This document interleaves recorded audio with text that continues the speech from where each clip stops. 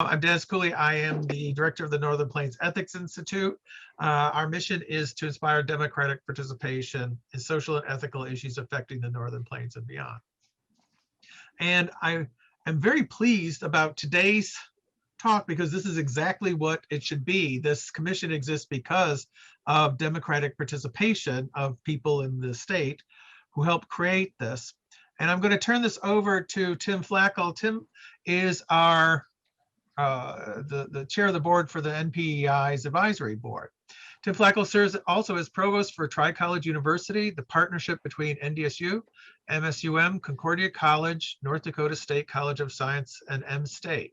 The 5 campuses have a combined enrollment of approximately 35,000 students. He is also the director of operations for NDSU Downtown. Provost Flackel served in the North Dakota Senate for 18 years. There he chaired the Education and Agriculture Committees for 14 years. He was also selected President pro tempore of the Senate. In the Senate, he authored a constitutional amendment to require statements of fiscal impact on initiated measures to improve transparency. He also authored transparency legislation to identify legislators who make open records. He was chief author of legislation to provide funding for all-day kindergarten, funding for early childhood education, laws for humane treatment of animals, and legacy legislation for new funding formulas for K-12 and higher education. So I am now going to turn this over to Tim's able hands. Welcome, everyone. I think it's important to note we'll have a presentation followed by a Q&A session, but I want to make sure everybody knows that the Northern Plains Ethics Institute is not connected organizationally or governance-wise with the North Dakota Ethics Commission. They have similar words in their name, but we have no connection one way or the other.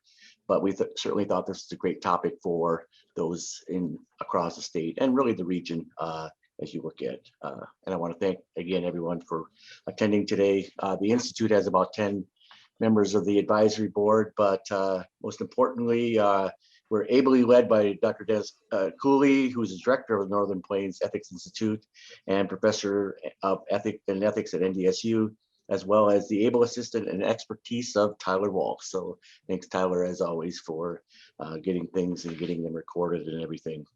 If you have questions during the time Dave speaks, just shoot them to the questions chat box.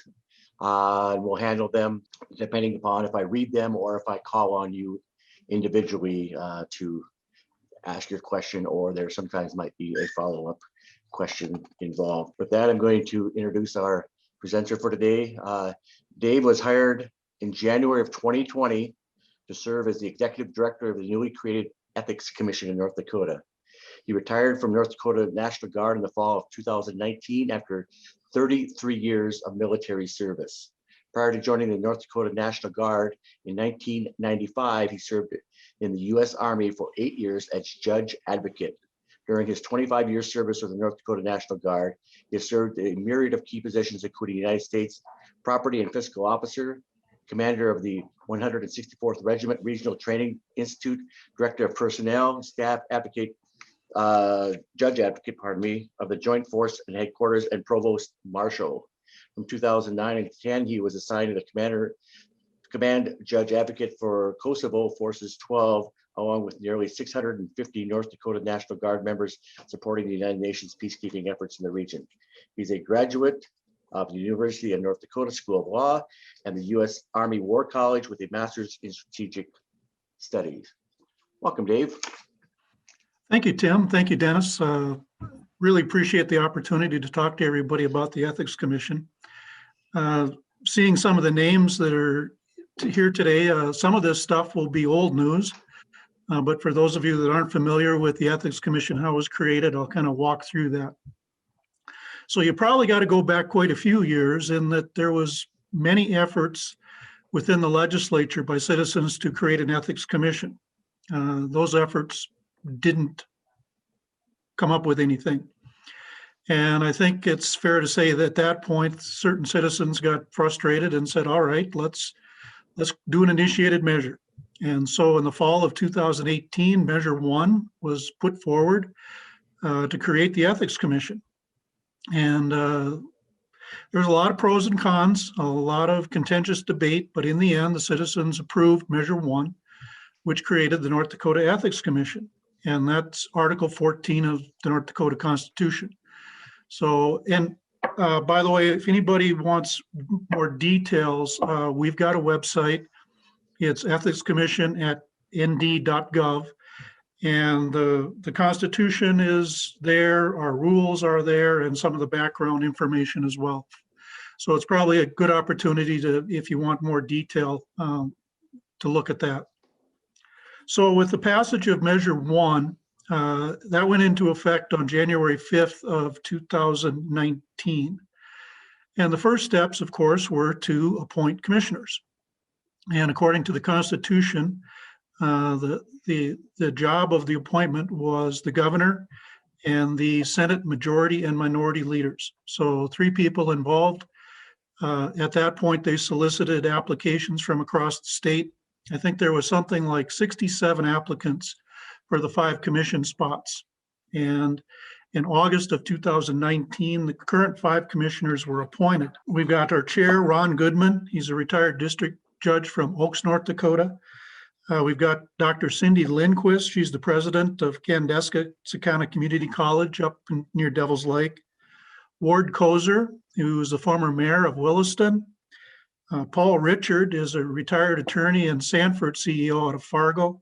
And then Dave Anderson, one of my old Guard buddies, retired brigadier general, currently working out at University of Mary with their veterans operations. I can tell you I've been very pleased with the commission makeup. They've all bring a very diverse background. They all take it very, very seriously. And so they started to dig in August of 2019. First thing they had to do was kind of learn the basics. They had several meetings, not the least of which was to submit, to seek applicants for the executive director position. That process occurred in late fall of 2019. And then in January of 20, I began as the executive director. So it's been interesting because basically the Ethics Commission started from zero. So we literally had to find office space, had to buy furniture. We had to work with ITD to get computers. We had to get everybody set up on computers. We had to get briefed on things like open records, open meetings, which of course is easier said than done. You'd think it'd be easy, but there's interesting twists to all that as well. And so at that point, we really kind of dug in. We started with things like, what's our mission statement? And the mission statement that they came up with was to strengthen the confidence of citizens of North Dakota in their government by ensuring and promoting transparency and accountability. And that's really the basics and the rationale behind Article 14 of our Constitution, to promote that transparency and to create a system. And so we're tasked with investigating complaints against lawmakers, state elected officials, lobbyists, candidates for office, and we have the authority to adopt our own rules relating to lobbying, elections, transparency, and corruption. In early 2019, in the last legislative session, the legislature, it was a very interesting process and very contentious as well, because there was still a lot of people that were opposed to the Ethics Commission. And so they considered bills. They created actually ethics committees. So there was a House Ethics Committee and there was a Senate Ethics Committee. And the major bill that came out of that was House Bill 1521. And if you are really, really bored, you can look at the legislative history. It's some 1,000 pages of legislative history on House Bill 1521. Very contentious, but at the end of the day, I think the legislature tried to do a good job of setting a framework for the commission and how we operate. Are there some areas where we think there's conflict? Yes, there is. Are there gaps? Yes. But overall, I think it was a good effort. That's the framework in North Dakota Century Code. It's chapter 54-66 that deals with the Ethics Commission and again, kind of creates the framework for how we operate. But having said that, moving forward, one of the things that the commission had to do was adopt our own complaint rules. And it was a very interesting process. First thing we did was we kind of looked to see, what do other states do? Currently in the United States, there's only, I believe, 3 states that do not have ethics commissions. And they vary with responsibility and breadth and kind of what roles they tackle. But a lot of key things they deal with, like gifts. Gifts between public officials and lobbyists is a key theme. Addressing complaints, issuing advisory opinions is a key item for most ethics commissions, and basically just working with the citizens to ensure that transparency. So we looked at that and we worked hard to come up with our own complaint rules. And what the legislature did, even though we are a constitutionally created entity, they worked and said, we're going to put you into the Administrative Agencies Practices Act, which is Century Code 2832. And so parts of that apply to the Ethics Commission according to the statute. And mainly that's the notice to the citizens of our rules, giving them the opportunity to provide feedback as far as our draft rules. So we drafted our rules, we published them, it goes into every state newspaper, just like any agency rule. And at the end of the day, we considered any feedback. There was no formal feedback through the rules process, but prior to adopting our complaint rules, obviously we had feedback from lobbyists, from people involved with the creation of Measure 1, members of the legislature as far as their viewpoints, and we considered all that in creating our rules. So those were adopted probably in about April, I want to say. And those are also posted on our website. And that kind of outlines the process for complaints against public officials. So it's interesting too, when we talk about the jurisdiction of the commission, who are the public officials that we have jurisdiction over? And basically, you're talking statewide elected officials, which includes the legislature, obviously the governor, lieutenant governor, treasurer, et cetera. Any appointed state personnel. I'm an appointed employee of the state, so I would be subject to the jurisdiction of the commission. Typically, cabinet members are appointed members. Any employees of the legislature, so legislative council, legislative management would also fall into that as well. We do not have jurisdiction over county level employees, so we don't cover county commissions and things like that as far as complaints. Moving forward, like I said, some of the first things that I did were just the nuts and bolts, the furniture, getting a printer, setting up the office. I also was tasked with hiring an office manager. I got very lucky in that somebody I used to work with in the National Guard, Holly Gogler, she was the comptroller for the National Guard and Emergency Services, was looking to retire and was interested in potentially a temporary position which would fit her desire to keep busy with something interesting. So long story short, I hired Holly as a temporary fill, and she's been great. With her background, I would dare say she's probably one of the best budget analysts in the state of North Dakota, and so she's been invaluable as far as moving forward. One of the other things that we were tasked with doing that's part of the Constitution is we needed to create a confidential whistleblower hotline. So basically what we did is said, well, what are the normal modes of communication today? So we have a phone number that somebody can call if they want to remain confidential and leave a message about the information, the complaint. But we also have a confidential hotline email address that they can use. And it's designed strictly for that purpose alone. And on our website, we've got the forms to file a complaint, the information that if you want to remain confidential, the process to do that. One of the conflict areas that we had with the legislature in 5466 is they mandated that the complainant's name and address be provided to the respondent in all cases. We believe very strongly that's in direct conflict with the Constitution. So we created a process whereby they can remain confidential, but we did make clear that, and one of the concerns of the legislature, which I think most people understand, is I need to know who my accuser is and the evidence used against me. And that's fine. The Sixth Amendment to the Constitution technically applies only to criminal processes, but allows you the right to confront the witnesses against you. So what we did in our rule and in our draft legislation for this session is say that if you are a witness, you must authorize the release of your name and address to the respondent. If you choose not to do that, then we can't use your statement as evidence against the respondent, and that's the solution. So you can remain confidential, but if you're in fact a witness to a possible violation, you need to allow us to release your name. And it seems reasonable because there may be biases there or things that we're not aware of that the respondent would be aware of. And that's just fundamentally fair. But at the same time, it allows a complainant to remain confidential if they so choose to. And so that was kind of our workaround in that area. One of the things that became clear as I talked to various people early on, the Constitution prohibits gifts between public officials and lobbyists. And a gift is defined as anything of value. So what the Constitution said is that, having said that, the Ethics Commission may determine circumstances where it doesn't raise ethical concerns and approve gifts between lobbyists and legislators.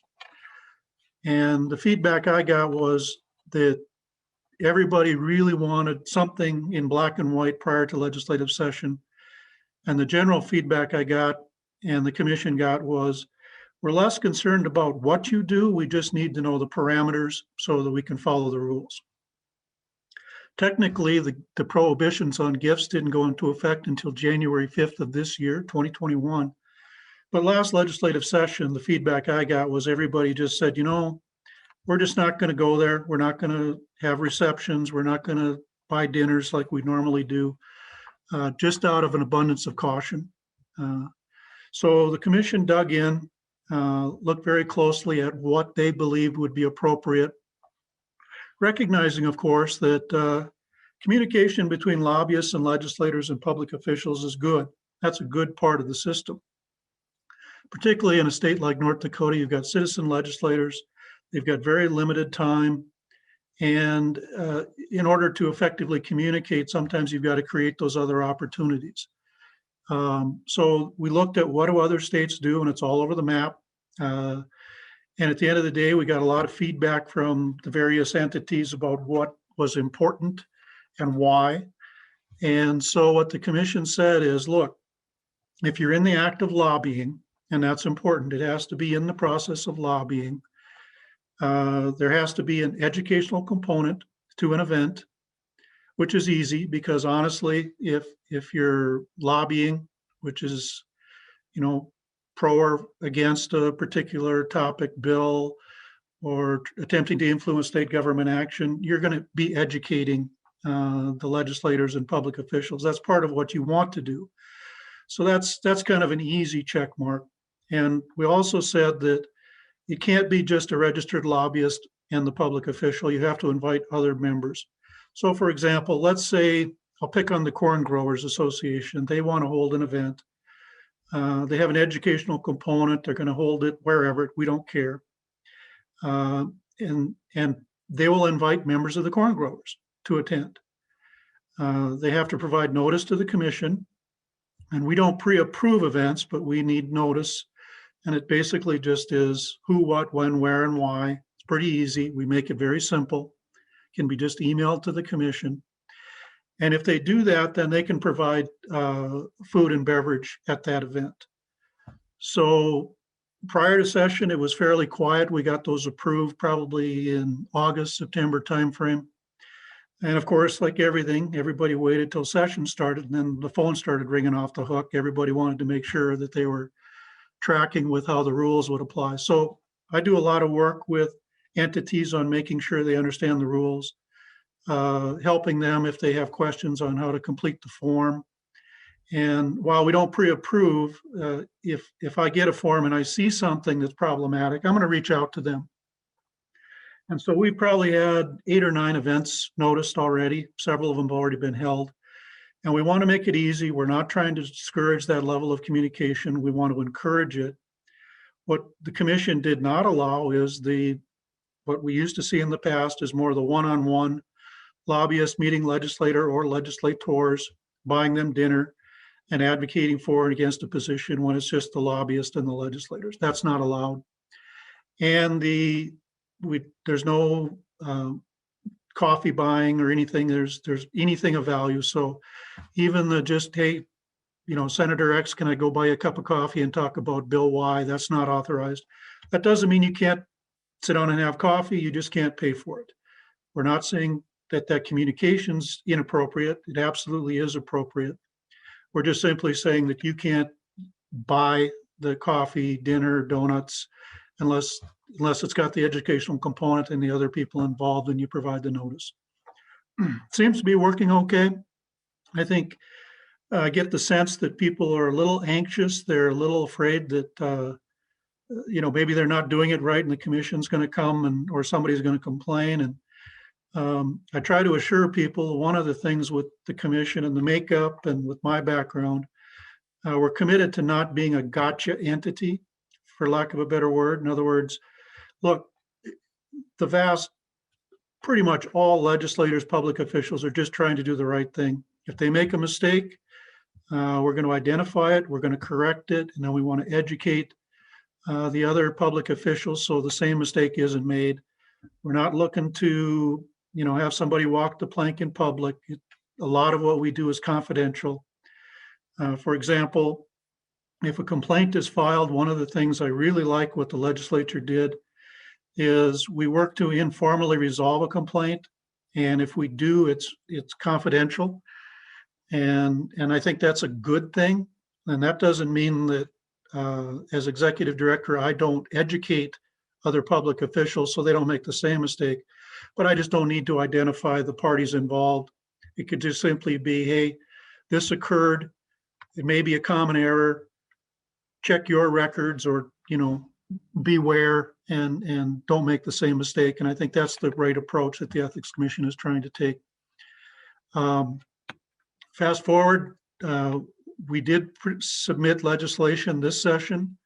We've got House Bill 1043, which is our substantive bill, and basically trying to harmonize what the legislature did with what we believe the Constitution says in our complaint rules.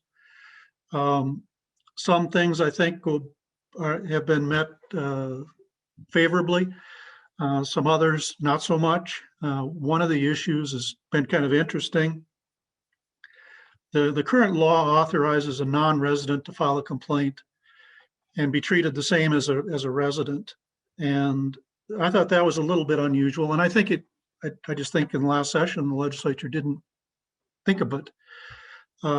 So we wanted to narrow that. The belief is we don't believe that a non-resident should be on the same footing as a resident with ethics complaints. If you look at Article 14, it in 3 different areas talks about citizens of North Dakota, residents of North Dakota, and it's really our Constitution. But we wanted to leave the door open that if somebody had evidence of a serious offense, we wanted to be able to handle it. So in the case of non-residents or anonymous, what we proposed is that the commission would review the information, and if they determined that there was sufficient evidence to believe a violation had occurred, they could vote by a majority to proceed as the complainant. That's being met with some resistance in the legislature. It's a little early to see where that will go.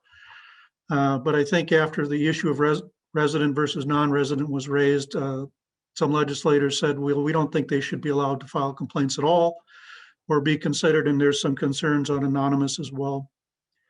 I don't think the commission necessarily disagrees with that, except that if we receive evidence of a significant violation, we believe we should have a mechanism to act on that. And so we'll see how that goes. I've been through too many legislative sessions to predict anything.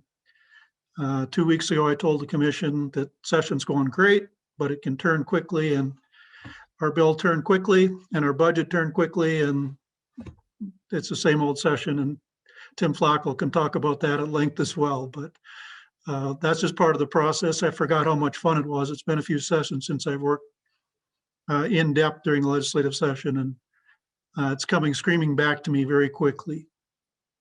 So that's kind of where we're at moving forward. We got to get through this session. We'll see where we land.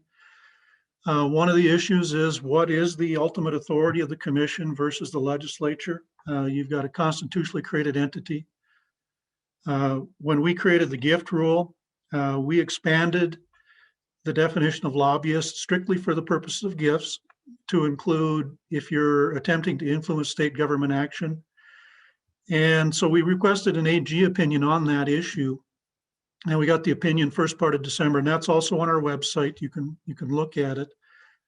But the opinion came back where I would have expected, which is that as a constitutionally created entity, we have pretty broad inherent authority, and that particularly with procedures related to our authority under Article 14.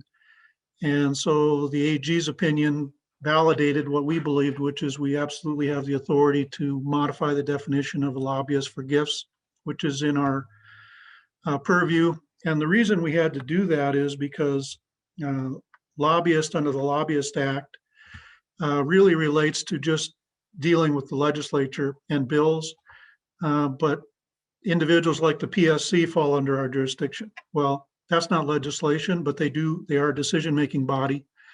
So if somebody were going to influence them or attempt to influence them, which is fine, our gift rule would apply. And we felt that was important. So that's part of our gift rule. And so moving forward, as we move forward with the next biennium, right now we've had, I want to say, about 11 complaints filed. And a lot of traffic picked up once session started. And what we don't know is what will the level of traffic be moving forward. One of the things that the legislature I fully expect to approve is the ability to issue advisory opinions. Ethics is not black and white. Sometimes there's areas where a public official says, I'm not completely comfortable. I think what I'm doing is okay, but I would like to request an opinion from the commission to validate that. So pending approval of that piece of legislation, which I fully expect will get approved, then I could render an opinion and say, based upon the facts as you present them, yes, you can proceed. And basically that's a get out of jail card. They can't be pursued criminally or civilly for following what I determined was appropriate course of conduct based upon the facts. They just have to make sure that they give me all the material facts. It's not overly complicated, but it gives people some level of assurance. And then I can use those advisory opinions to educate others as well. I don't provide the name of the person requesting the opinion. I just say, these are kind of the facts. This is the determination. And then other people can use that to base their conduct on moving forward. So that's kind of where we're at and where we're headed. We'll see how legislation goes with the budget. There's talk about, maybe moving our office, which we'll see how that goes as well. That's not the end of the world. I don't think it's appropriate that we go into the Capitol building just because we need an environment where people are comfortable if they choose to visit us. Obviously, the last year has been a challenge with COVID. We stopped meeting in person, I want to say April timeframe. So we all had to learn about MS Teams, which is what ITD and the state uses as a general platform. And knock on wood, so far it's worked very well. And obviously that produces some good cost savings. And it's once you get used to the system, it works well to hold meetings. Of course, when it doesn't work and you've got open meetings rules, we had one meeting where the system kind of went south on us and people couldn't get access. So we had to stop the meeting because under open meetings rules, it has to be accessible to the public. And that's frustrating for everybody, but we obviously want to promote that transparency. And so we had to just stop the meeting and restart it at a later date. So that's kind of the once over the world with the Ethics Commission. And like I said, there's many people on that are very familiar with how the commission was created, the process, and kind of where we're at today. But with that, I'll be glad for some questions and answers and try to answer it as best I can. First question in the chat box is, would you characterize the complaints filed so far as political or otherwise? Good question. So the early complaints were, I think, people that had old issues that they didn't feel had been adequately addressed by other entities, really weren't within the jurisdiction of the commission. And that's been a kind of key theme is a lot of the complaints have been outside the jurisdiction, either regarding issues that aren't within the purview or relating to individuals that aren't within the jurisdiction of the commission. So going into this, I expected a lot of political, complaints, people trying to weaponize the commission. And I haven't seen that, although you could make an argument in a couple of cases that the beef they had with the entities was motivated by other than necessarily goodwill.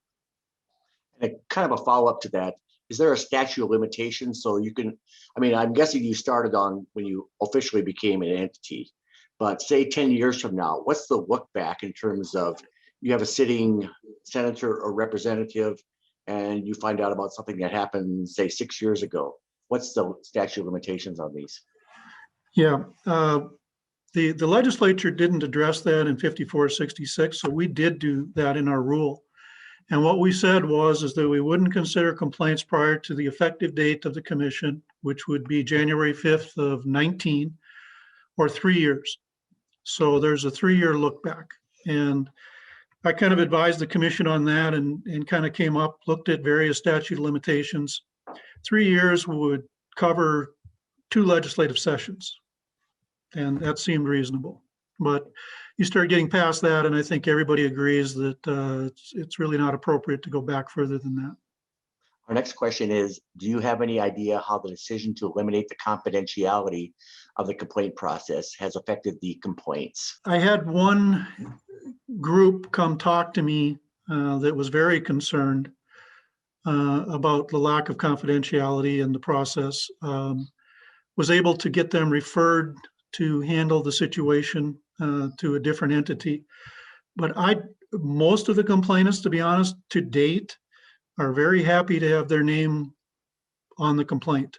I got one last week that was sent by email that they didn't identify. But I don't see a real impact. I encourage people to contact me if they got questions so I can talk them through the process. And there's been a couple of cases like that. Another question is, North Dakota is a small state and everyone knows everyone. What does the commission do when there's a conflict of interest with a person who has filed a complaint or has a complaint filed against them with one of your 5 commissioners? So as an example, Dave Anderson and XYZ legislator. Part of what we did is what the commission did was created their own internal code of ethics. So part of that is the recusal process, that if there is a conflict, it's identified. We've got a situation where, I'm hired and I'm kind of triple hatted. I'm the executive director, I'm a lawyer, and I'm an investigator all rolled into one. But if I have a conflict, we've got funds available to hire an outside investigator. And we also get legal advice from the AG's office if there's an issue there. So yeah, we have that identified, and conflicts are an area that the commission is looking at with public officials. Most entities have some form of conflict rule or code, but it's inconsistent. And so we're kind of looking at that, and I think the goal is if we can help provide some consistency. With conflicts, the biggest thing is let's make it transparent. Here's the situation.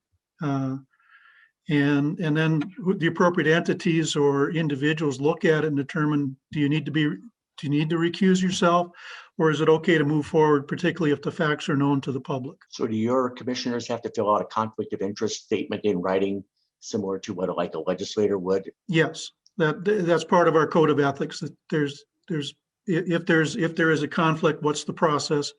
How do we determine if you need to be recused from a situation? Okay. Our next question is, are you free to tell us if there are is any organization or strong resistance in the legislature to the Ethics Commission? I don't sense that there's any organization. I think that the creation of the Ethics Commission candidly was contentious. And during last legislative session, I think that there was still a resistance to the Ethics Commission by some legislators, but I don't think it's an organized, and I talk to legislators and when they express concern, I'm like, at this point, we have a constitution that creates an ethics commission. It's in everyone's best interest to work together to create the best process and system that we can for the citizens. It doesn't, to me, it doesn't pay to look back and worry about how it was created or why. We're here, and let's work together to create a process and rules and procedures that we as North Dakotans can stand behind. And I think everybody understands that, transparency and accountability in government is a good thing. Next question is Article 14, Section 2.2 reads that an elected public official may not be a lobbyist while holding office for 2 years after holding the office. So with a strict interpretation of the law, can the mayor of Forbes or the mayor or legislator from Moorhead can't lobby in North Dakota for 2 years? Is that correct?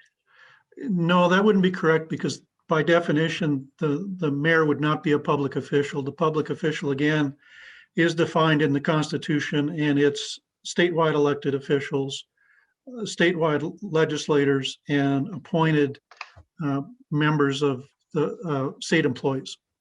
So city employees, county employees, wouldn't apply to them, that prohibition. The next question is, we have a couple that were on the original 25-member committee, both John Stern and Ellen Chafee. The question is, what do you think about the commission? How do you think it's functioning? And do they have any suggestions to make? Hello, everyone.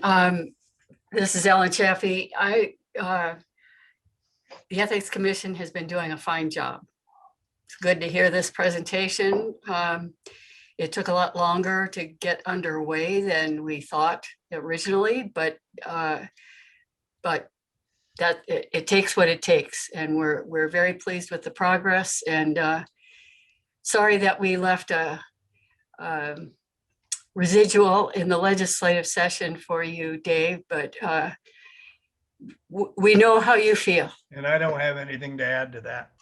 And again, just to recap, Measure 1, 2018, contentious. Again, for good or worse, it was hotly contested, but the citizens passed Measure 1, which created Article 14 of our Constitution, which created the Ethics Commission. The governor, the Senate majority and minority leader selected the 5 commissioners from a pool of about 65 applicants in August of 2019. Starting from scratch, they hired me, for better or worse.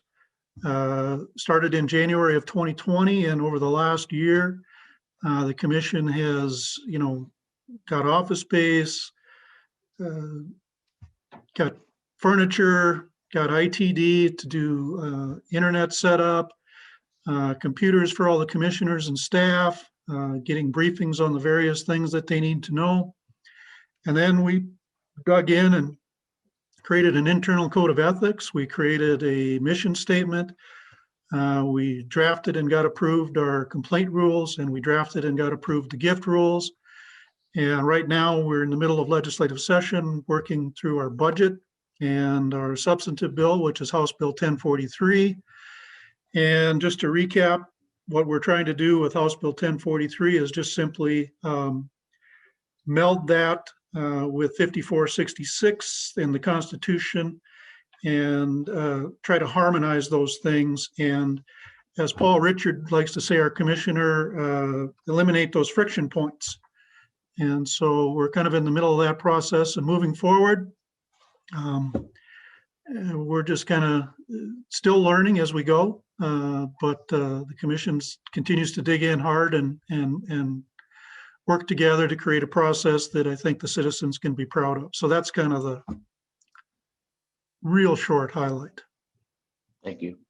Another one, and I know you live in the land of the what ifs, but I think part of your advisory is to try to answer those what ifs so that they don't become, oh my goodness.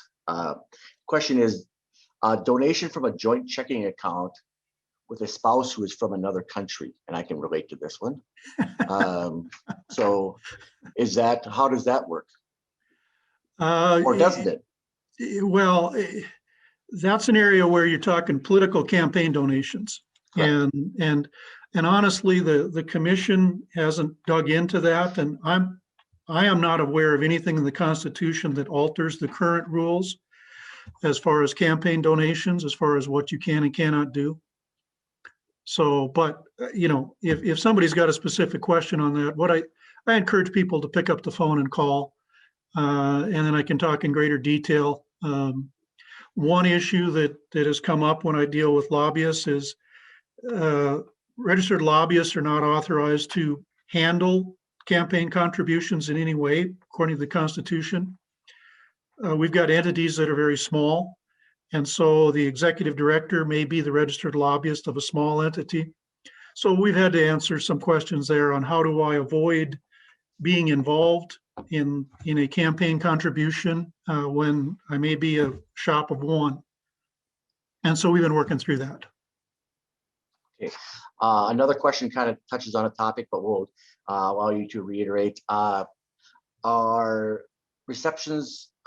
receptions for legislators allowed? Yes, that's a short answer, but and that was the one area, again, when the commission looked at gifts, and I'm very familiar with receptions, and I picked on the Guard as a good example. So the Guard would have the spaghetti dinner reception every session, and we would invite the entire legislature, usually go down to the air complex and show off all of our good equipment and have a good Air National Guard spaghetti dinner with some cheap wine. And we'd put on an educational piece about what we're doing. Typically, we didn't talk about current legislation at that point, but it was part of our overall lobbying effort. So those types of events are allowed. The only thing is it can't be just the legislator and the registered lobbyist. So like in the Guard event, we invited our officers enlisted to attend, anybody in the area. And then it's got to be noticed to the commission, and that's on our website, the form. And I encourage people to call if they got questions. And that's what I've been getting a lot of calls on from people is, I just need to validate, here's what we want to do. Can we do it? What do I need to do to ensure it complies? So I work with various people on that. Along the lines of lobbying, is there any restrictions on being a commissioner? I'm just curious because Dave Anderson used to come before the Education Committee frequently. Is there any kind of prohibition that they can't be a lobbyist for or do lobbying for a period of 1-2 years or whatever? Well, the commissioners would in fact be a public official in the definition, so they would be prohibited from being a registered lobbyist for a period of 2 years after they leave. But no, before, to be eligible. To my knowledge, there was no restrictions. Yeah, I can't remember any. The next question is, would it take an initiated measure to put the Ethics Commission in charge of redistricting? The measure came up last year and involving the redistricting, and was it measure 3, I think? At any rate, part of what that measure did was designate the Ethics Commission as being the responsible entity for the redistricting process within the measure. And I talked to the commission when we became aware of that, and the commission correctly said, we're not going to get involved in the measure. It's not appropriate. If the citizens approve it, so be it, but we're not going to weigh in one way or the other. As we move forward, obviously that was a contentious bill and there was a lawsuit brought. Ultimately, the lawsuit prevailed and the Secretary of State was directed to remove the measure from the ballot. Had that passed, the Ethics Commission would have been responsible for redistricting. And in the measure was the various mandates. We would have had to have held 8 meetings across the state this year, 2 on reservations, et cetera. And the reason I became familiar with that is as it went towards the vote, somebody got the bright idea that we should do the fiscal note.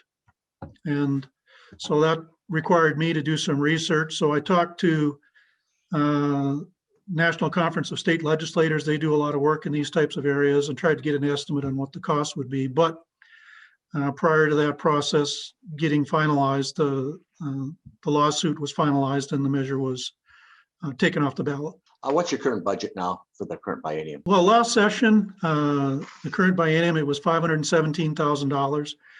And if you look at the legislative history, really, it was an educated guess on the part of the legislature, because as a new entity, they really had no idea what the requirements were. This session, we've proposed a budget and it's been approved by the governor. It's in about the 670 range.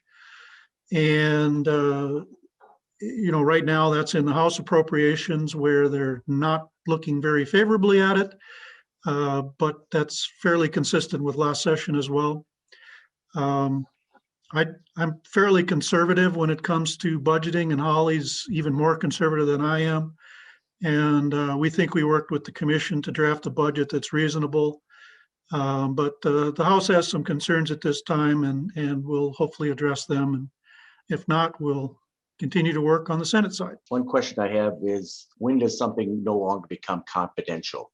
So if I file a complaint against Representative so-and-so, when is it no longer confidential? When is my name no longer confidential? When is my complaint no longer confidential? Sure. Well, again, one of the areas I think the legislature did a really good job is that informal resolution where confidentiality is maintained. And I get the argument that, well, is that really being transparent then? But I think the benefits of confidentiality, and that doesn't prohibit us from talking about the underlying facts, and as long as they don't identify who the complainant or the respondent are. But if we don't resolve it informally, if it goes forward, it's kind of a mini hearing process where the full commission would listen to the case. The respondent would have a chance to present their arguments, and the commission would vote to determine if a violation has occurred. If there's a finding that a violation has occurred, that's the point in time where it becomes public.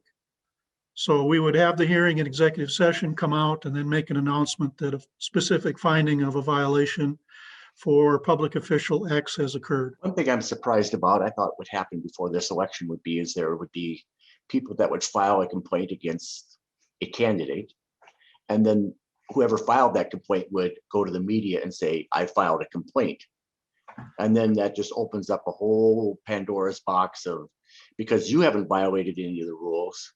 Right. But is there any sanctions against the person who kind of, in a way, going back to an earlier question, kind of, I would say, if this happens a month and a half before the election, it's kind of politicizing it. And certainly that's something we've talked about. Right now, there is no consequence, and maybe it's because the commission's been so aggressive in making clear that we are not going to allow politically motivated complaints. If you've got a legitimate complaint of wrongdoing or a violation, great. But if it's politically motivated, and I've got enough of a background where I can pretty well determine that quickly. But you're right, Tim, there's really no way to prevent that individual from making their own announcement.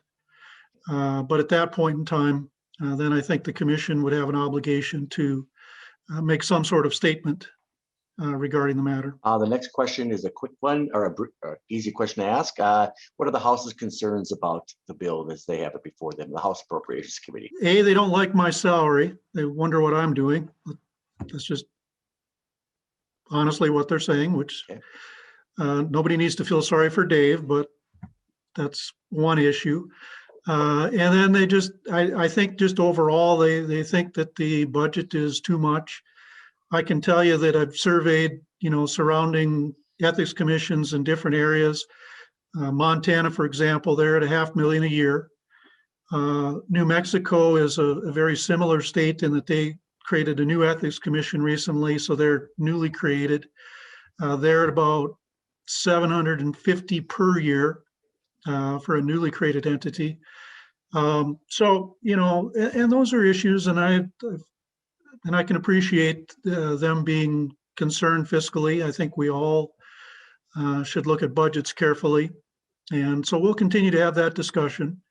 Long term, you know, I don't plan on working that much longer. I'm kind of at the twilight of my career, so it was kind of a win-win for the commission and me. I needed a job for a gap, but which I think it's been good that I can help the commission get set up, get running, get, to use a military term, full operational capability, and then really make an assessment as to what our requirements are, particularly at that executive director position.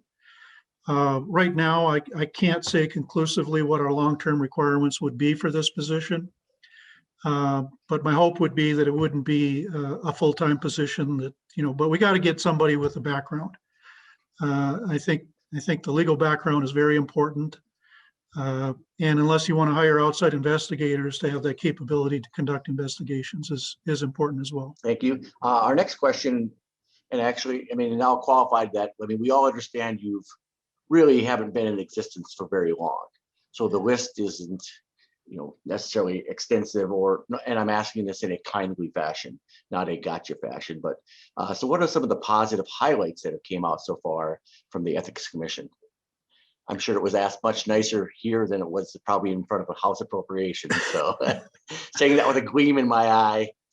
Well, you know, it's kind of taken baby steps. You look back over the last year and you know, getting through the complaint rules, getting through the gift rules, those aren't easy processes, and getting it done in a timely fashion. So lobbyists and legislators and public officials had it before the session, and so that they could be involved in that process. Getting a code of ethics adopted, and just working with the various entities that have an interest in the Ethics Commission and how we operate and the tone. I think that's important.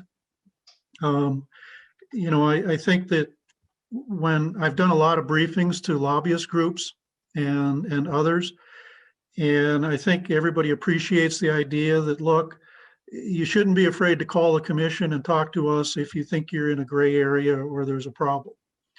We want to work with you. Again, you know, everybody makes mistakes. So let's fix the mistake. Let's educate and let's move forward. That's not to say if I find out, the commission finds out somebody made a willful violation, that's a different ballgame, but I think that's going to be the exception. I think that's pretty rare. So if someone has if an individual or entity has a question, you know, this would be more individual, and they want to know if it's okay to do or not okay. I mean, should they more formally call up your office or contact your office, or if they run into Paul Richards, should they ask, hey, Paul, you know, is it okay to do this or not? Commissioners are always available, but I think the best thing is to start with me. I'm kind of the gatekeeper, and I deal with it day in and day out. And so we could, you know, let's say somebody called, and right now I don't have the statutory authority to do advisory opinion, but I'm not shy about, you know, talking somebody through and rendering an opinion and helping them, because I'm a firm believer that, look, maybe the way you're approaching it is questionable, but how about this way that I think is going to work better for you and keeps you out of the gray area? The next question comes from Facebook. Does the Attorney General sign on to the Texas lawsuit? Is that something that can be complained about? The short answer would be, in my opinion, no. You know, that's a decision made by a public official, and we all have agreements, disagreements, questions about decisions by public officials, but that really isn't a violation of the rule or a law that would be under the commission's purview. If we started down the road of getting complaints every time a public official made a decision that we disagreed with, that'd be a scary road to go down, I'm afraid. You may have to kind of think on this one a little bit more, but you have, what, 5 commissioners, I believe, that are as far as their terms go, and when do the first ones start clicking off and need to be either re-upped or have someone else reappointed? Because it is a tough process, because it takes 3 out of 3 votes for someone to be selected to the Ethics Commission. So what they did when they did the initial appointments, they staggered the terms, which is common for any newly created commission, so you don't have everybody leaving at the same time. So we had 2 commissioners appointed for 2 years, 1 for 3 and 2 for 4. Commissioners Anderson and Kozer and Richard are 2-year appointees. So this fall, their initial appointments come up. And then the year later, Commissioner Anderson, and then Cindy Lindquist and Ron Goodman come up in year 4. And what we just adopted within our Code of Ethics is term limits, and which I think is good, in that we said that commissioners were limited to 2 full terms, but a initial term of less than 4 years doesn't count. So Paul Richard appointed for 2 years, and he says, I'd like to serve for another 4-year term. He's still eligible for a 4-year term after that. He's indicated he definitely would like to serve another 4-year term, and we'd certainly appreciate both he and Ward Kozer to do that, because that continuity, particularly for a newly created commission, is really good. And I think if commissioners decide to leave, that's fine. That's part of the process as well. Then I think what I'm encouraging the commission to do is work to try to get quality applicants and try to keep that regional concept going. It's not their decision as far as who's appointed, but it's certainly good for everybody that the quality of applicants that we can get for those positions. And when you're referencing term limits, that's term limits in a lifetime, is that correct? Yes. Yeah, okay. The next question is, what's the biggest challenge you think the commission faces in the near term and long term? Well, near term is getting through session and, resolving the budget issues. That's to use a military term, the 50-meter target. Long term is, continuing to look at areas within the Constitution within their purview. And if there's gaps, how do we address that? How do we efficiently respond to concerns of citizens? And then just work through the conflicts, if any, between the statute and the Constitution and our rules. Kind of a hypothetical one here again, because I remember it coming up with the Supreme Court justice, whether it's door prizes or raffles. If they buy a raffle ticket, can they win? And if there's a door prize where everyone can sign up, can they win? Yeah, generally, when you're looking at things like that, first of all, the raffle or the event isn't in the act of lobbying, and it's open to everyone. And so the short answer is, based upon the facts you've given me, would be that there's no issues there. And I go back to, there was a comment earlier in North Dakota, everybody knows everybody. And what the commission wanted to ensure is that, so I know, for example, I know a lobbyist and a legislator who are good friends, and they meet every week or every other week for dinner. And, one buys and then the other buys. And that's fine. We recognize that there are existing relationships. And that's why the language in the gift rule is clear, that it has to be part of the lobbying effort before the gift rule would apply. So if I'm a friend with a legislator and there's a death in their family, and or probably not death, you don't send gifts at a death, but if there's a wedding, their daughter got married, and so I send them a gift. There's nothing wrong with that as well. It's not based upon any lobbying activity. It's based upon an existing relationship. Next question is, can the legislature effectively eliminate the commission by not funding it? The Constitution mandates that the legislature adequately fund the commission. So I guess the question is, what's adequately? The twist would be that if, and again, the legislature's got to make their decisions. But one thing that, throwing my lawyer hat on, is that they might be opening themselves up to a potential suit for violating the Constitution. I'm not saying that's going to happen, but there's at some point, based upon the constitutional language, there's got to be reasonable funding, but we can certainly debate reasonably what that level of funding needs to be. And then Dave, if you have any closing remarks, and maybe if you could also say, share the email in case someone has a specific question that they didn't get to today, or somebody watches it online later on and they go, oh, I wish they would have asked this or mentioned that or something along that line. So we'll give you so-called the last word here. Yeah, thanks, Tim. I think the best way for people to get in touch with us, go to the website, Ethics Commission at nd.gov, and it's got all of our contact information. It's got my contact information. My phone number is 328-5322, and I'm pretty much available to discuss. And again, I encourage people to call. Over my career, there's not much I haven't seen or heard, but my philosophy is to work with people to try to help them through situations. And so call. And I thank you for the opportunity to talk to everyone today. I hope this was somewhat enlightening on the Ethics Commission and where we've been and where we're going. And again, thank you. Well, thank you again. And I've always heard that you were a great hire, and I think you proved that out today. So Dennis, did you have anything else before we close up shop here? I want to thank Dave for doing a really good job. You answered every question, and that's the thing that you have to do with transparency and in democracy. And I have a feeling you'd do that too if people just sent you an email and said, hey, look, what about this? Because that seems to be something that the Ethics Commission should be doing, and I think you do already. And I also want to thank Tim for his moderating, because as always, we had expected a little bit more heat. I'm glad it didn't happen, to be honest with you. And I think we had a really good result from this.